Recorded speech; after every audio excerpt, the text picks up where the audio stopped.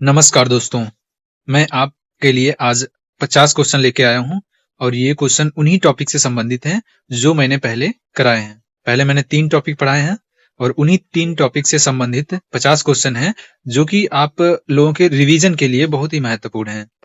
दोस्तों पहला क्वेश्चन है आपके सामने, शास्त्रीय नृत्यों का उल्लेख कहाँ मिलता है? तो शास्त्रीय नृत्यों का उल्लेख संगीत रत्नाकर में मिलता है और यह संगीत रत्नाकर किसके द्वारा लिखा गया? संगीत रत्नाकर किसके द्वारा लिखा गया है? सारंग देव के द्वारा। किसके द्वारा? सारंग देव के द्वारा। सारंग देव ने यह लिखा है। और दूसरा उल्लेख कहाँ मिलता है? तो वो मिलता है भरत मुनि की पुस्तक नाट्य शास्त्र में। दूसरा उल्लेख कहाँ मिलता है? नाट्य शास्त्र में। नाट्य शास्त्र में दूसरा उल्लेख कहाँ मिलता है? नाट्य शास्त्र में। नाट्य शास्त्र में। और यह किसके द्वारा लिखा गया? तो भरत मुनि के द्वारा। किसके द्वारा? भरत मुनि के द्वारा लिखा गया। अगला क्वेश्चन आपके सामने है, संगीत नाटक अकादमी। संगीत नाटक अकादमी के अनुसार शास्त्रीय नृत्यों का संख्या जो है वो कितनी है? तो संगीत नाटक अकादमी के अनुसार 8 शास्त्रीय नृत्य हैं। अगला क्वेश्चन है आपके सामने, मोहिनी अट्टम कहाँ का शास्त्रीय नृत्य है? तो मोहिनी अट्टम कहाँ का शास्त्रीय नृत्य है?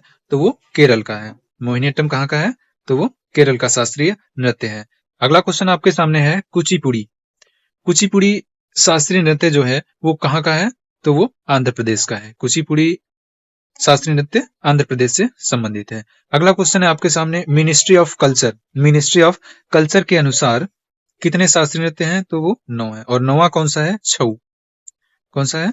छऊ नृत्य। 9वां नृत्य कौन सा है? छऊ नृत्य। अगला क्वेश्चन है आपके सामने, छऊ नृत्य कहाँ का शास्त्रीय नृत्य है? तो छऊ नृत्य कहाँ है? ओडिशा, पश्चिम बंगाल। ओडिशा, पश्चिम बंगाल और झारखंड में किया जाता है। अगला क्वेश्चन आपके सामने है, अगला क्वेश्चन है, कौन से नृत्य में 3 उंगलियों से ओम की आकृति बनती है? तो कौन से नृत्य में उंगलियों से ओम की आकृति बनाई जाती है? तो भरतनाट्यम में। भरतनाट्यम कहाँ का है? तो वो तमिलनाडु का है। अगला क्वेश्चन आपके सामने है, सोनल मानसिंह। सोनल मानसिंह किस नृत्य से संबंधित है? तो सोनल मानसिंह का संबंध भरतनाट्यम और ओडिसी दोनों नृत्यों से है। कला क्षेत्र फाउंडेशन की स्थापना किसने की? तो रुक्मिणी देवी उरिंडेल। किसने की? रुक्मिणी देवी उरिंडेल ने की थी। कब की? 1936 में। और इन्हें पद्म विभूषण कब मिला? 1956 में। पद्म विभूषण से इन्हें कब सम्मानित किया गया? 1956 में। रुक्मिणी देवी उरिंडेल जिन्होंने कला क्षेत्र फाउंडेशन की स्थापना की, इन्हें 1956 में पद्म विभूषण से सम्मानित किया गया। अगला क्वेश्चन आपके सामने है, टी बाला सरस्वती। टी बाला सरस्वती का संबंध, टी बाला सरस्वती किस भारतीय शास्त्रीय नृत्य से संबंधित हैं? तो भरतनाट्यम से। भरतनाट्यम से टी बाला सरस्वती का संबंध है और इन्हें क्वीन ऑफ भरतनाट्यम कहा जाता है। क्या कहा जाता है? Queen of Bharatanatyam. यामिनी कृष्ण मूर्ति। यामिनी कृष्ण मूर्ति का संबंध किस शास्त्रीय नृत्य से है? तो वो कुचिपुड़ी और भरतनाट्यम। यामिनी कृष्ण मूर्ति 2 नृत्य से संबंधित हैं, कुचिपुड़ी और भरतनाट्यम दोनों। अगला क्वेश्चन आपके सामने है, कुचिपुड़ी नृत्य को किन नामों से जाना जाता है? जो कुचिपुड़ी नृत्य है और किन नामों से जाना जाता है? थाल नृत्य या मटका नृत्य। कौन कौन सा नाम है? थाल नृत्य या फिर मटका नृत्य भी कहा जाता है। अगला क्वेश्चन आपके सामने है, वेदांत सत्य नारायण शर्मा। वेदांत सत्य नारायण शर्मा का संबंध किस नृत्य से है? तो कुचिपुड़ी से है। माधवी मृदगल किस शास्त्रीय नृत्य से संबंधित हैं? तो कुचिपुड़ी। माधवी मृदगल किस शास्त्रीय नृत्य से संबंधित हैं? तो कुचिपुड़ी से।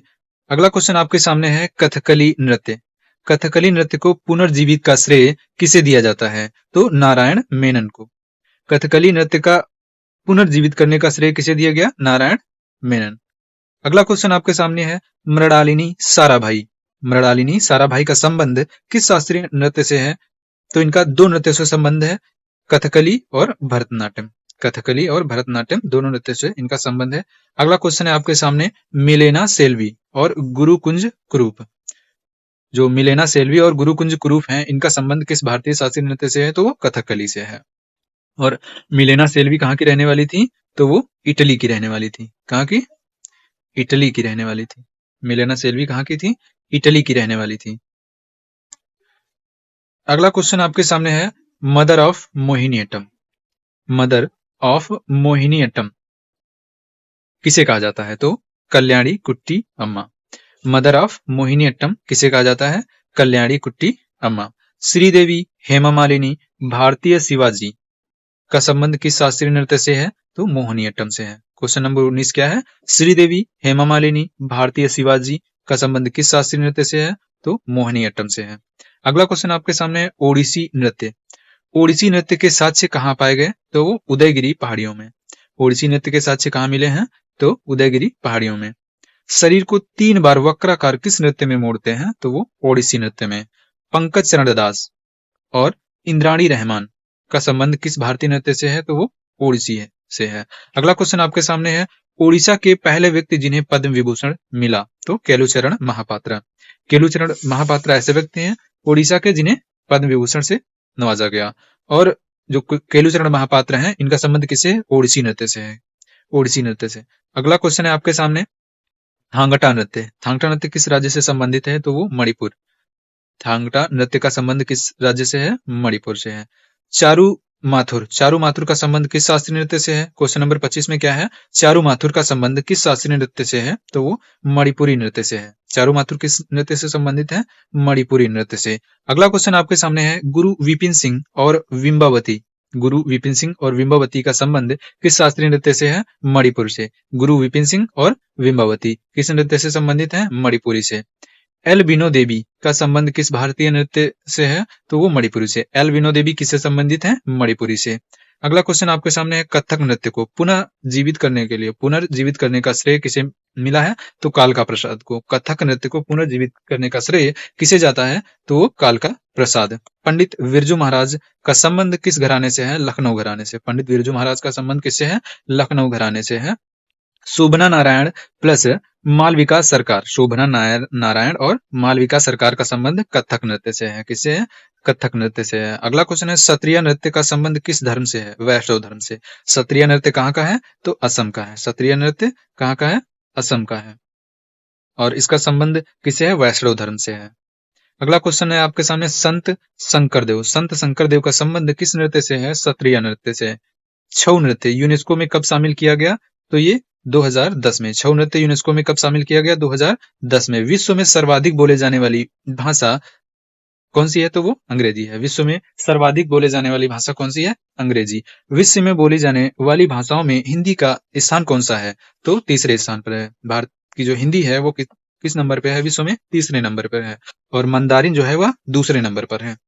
अगला क्वेश्चन आपके सामने संविधान के किस अनुसूची में 22 भाषाओं का उल्लेख है? तो 8वीं अनुसूची में। संघ की राजभाषा का उल्लेख संविधान के किस भाग में है? तो भाग 17 में है। संविधान की राजभाषा का उल्लेख कहाँ पे है? संविधान के भाग 17 में है। राजभाषा आयोग का उल्लेख संविधान के किस अनुच्छेद में है? तो 344 अनुच्छेद 344 में है। अगला क्वेश्चन आपके सामने है कोई भी भाषा शास्त्रीय भाषा है या नहीं कौन तय करेगा? तो ministry of culture. Ministry of culture के द्वारा तय किया जाता है कि कोई भी भाषा शास्त्रीय भाषा है या नहीं। अगला क्वेश्चन आपके सामने है वर्तमान में कुल कितनी शास्त्रीय भाषाएं हैं? तो 9 हैं।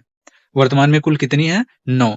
तमिल भाषा को शास्त्रीय भाषा का दर्जा कब दिया गया? 2004 में। तमिल भाषा को ये पहली भाषा है जिसे शास्त्रीय भाषा का दर्जा दिया गया। 2024 में कितनी भाषाएं शास्त्रीय भाषा के रूप में शामिल की गई? 3।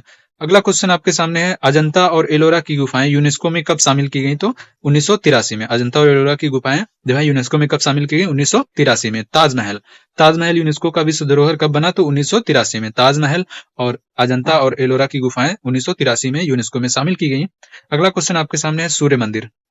सूर्य मंदिर यूनेस्को में कब शामिल हुआ था? तो 1984 में। सन 1984 में जो है सूर्य मंदिर यूनेस्को में शामिल हुआ था। केवलादेव राष्ट्रीय उद्यान यूनेस्को में कब शामिल किया गया? 1985 में। केवलादेव राष्ट्रीय उद्यान यूनेस्को में कब शामिल किया गया? 1985 में। कालका शिमला रेलवे को यूनेस्को में कब शामिल किया गया? तो 2008 में। कालका शिमला रेलवे को यूनेस्को में कब शामिल किया गया? 2008 में। महाबोधि मंदिर कहाँ पे है? बिहार में। ये कहाँ पे स्थित है? बिहार में है। महाबोधि मंदिर कहाँ पे है? बिहार में। और किस नदी के किनारे है? तट पर स्थित है तो निरंजना नदी के तट पर।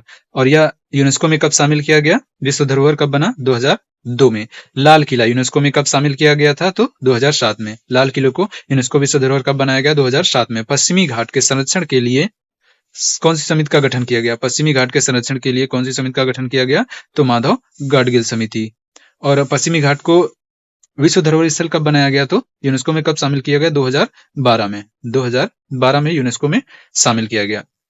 तो दोस्तों, यहाँ से आपको रिवीजन मैंने कराया, और प्लीज कमेंट में जरूर बताएं कि क्लास कैसी लगी, और लाइक कर दें, और अगर अगला वीडियो देखना है तो सब्सक्राइब भी कर लें।